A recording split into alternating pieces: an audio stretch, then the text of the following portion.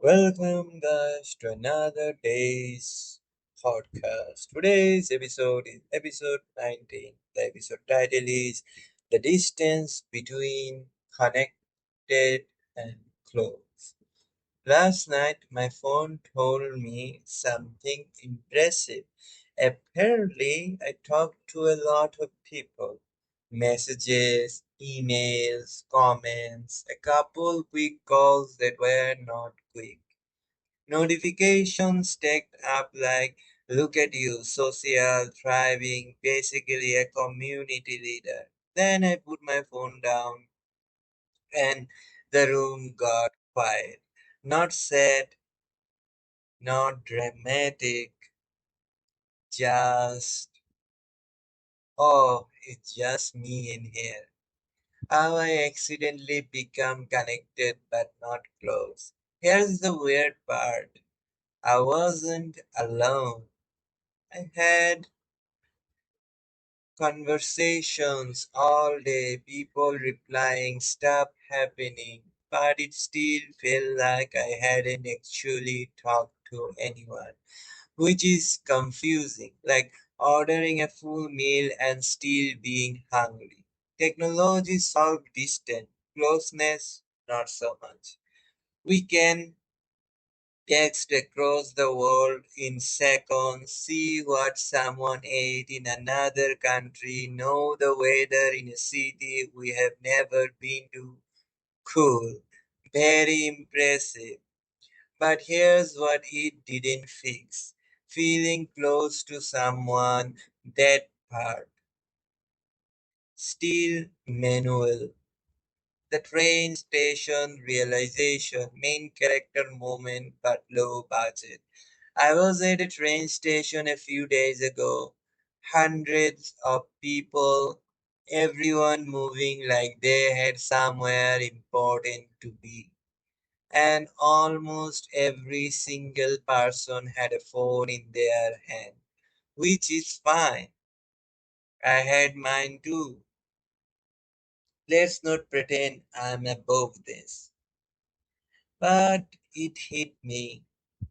Everyone was connected to someone far away and completely disconnected from the person standing right next to them.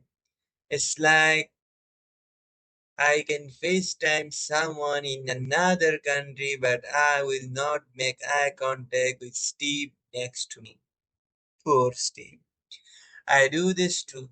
We all do. You're having coffee with a friend, phone vibrates, your brain immediately goes, this might be important. It's not. It's never important. It's like 90% memes and 10% hey. You're at dinner, thinking about replying to something. You're walking outside, thinking about a message you could send later. You're physically there, but mentally you're buffering somewhere else. Attention is now in tiny pieces. We don't give people our attention anymore. We give them 20%, a quick glance, a yeah, yeah, I'm listening. Meanwhile, part of your brain is like, don't forget to check that notification. Relationship notice that.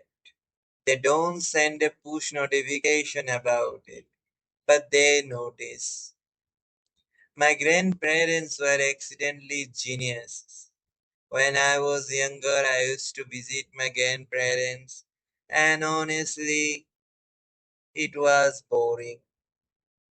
No Wi Fi, no content, no what's next.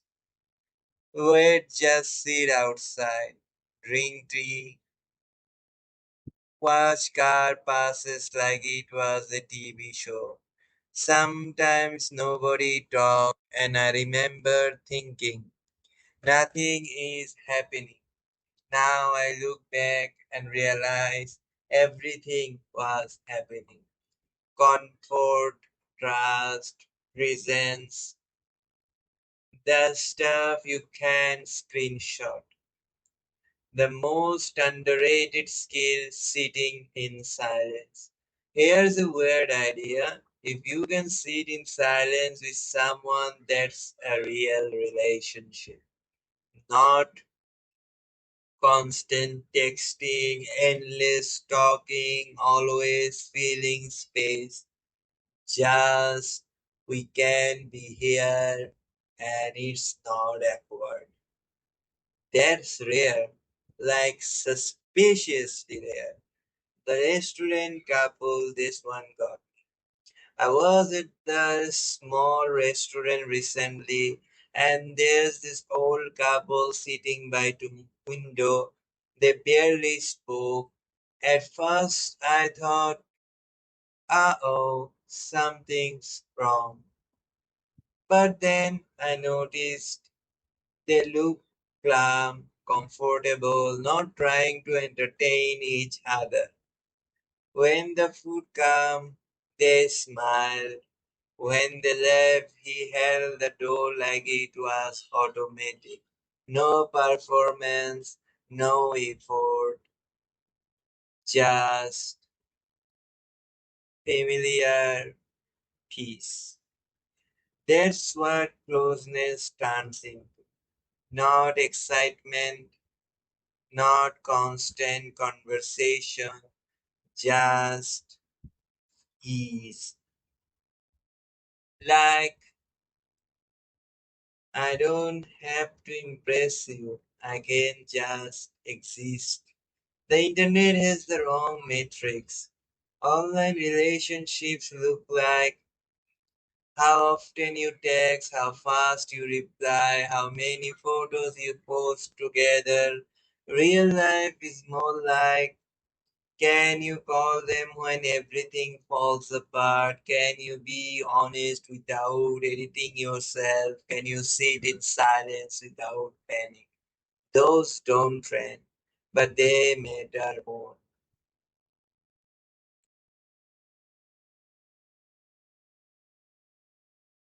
When was the last time I had a pointless conversation? The kind that starts with, no, how have you really been? And then suddenly you're talking about childhood, old memories, random dreams, why time flies, feels faster now, and 2 hours disappear, no phones, no rush, just talking. Those conversations, they don't compete well with scrolling. Scrolling always wins. It's faster, easier, less human. Why those conversations feel different? Because they require something rare, patience. You have to stay, listen, not interrupt, not check your phone every 12 seconds. Basically, act like a human from 2005. Small experiments I tried while recording this. I left my phone across the room, face down, which felt illegal at first. Like, what if something happens? Nothing happened. Nobody disappeared.